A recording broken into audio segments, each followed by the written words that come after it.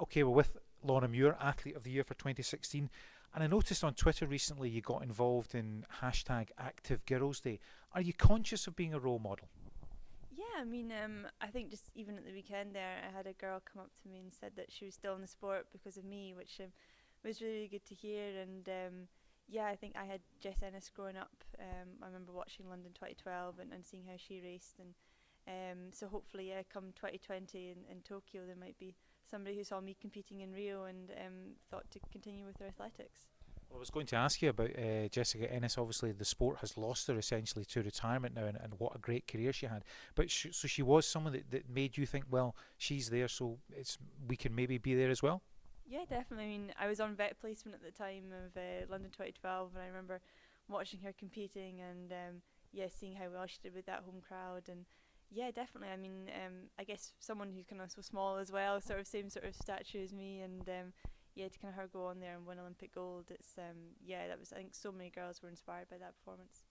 I think Roger Harkins, our director of coaching, he says you're a great role model for all athletes, male, female, almost any age, because of your dedication. One of the phrases that we hear from time to time is breakthrough year or shot to prominence. But the fact is, there's years and years of hard work that go in at the base of it, isn't there, Laura? I think you've been in the sport more than 10 years now. Yeah, definitely. I mean, I think I first started racing when I was like 11, 12, and yeah, I've kind of been on the circuit every year since then, and yeah, sort of grown up racing against the same girls, and it'll be nice racing at the weekend with some of those same girls as well, looking at the start list. So yeah, definitely, it's not sort of a 1 year project, as it were. It takes a long, long time and to reach where I'm at. And is that something that maybe that athletes in their mid-teens or whatever have to keep a hold of if they're disillusioned? I mean, what would you say to someone who's maybe injured, or they're not hitting the times that they're looking for, or they're just falling out of love with it for just now? Can you give them a wee bit of encouragement?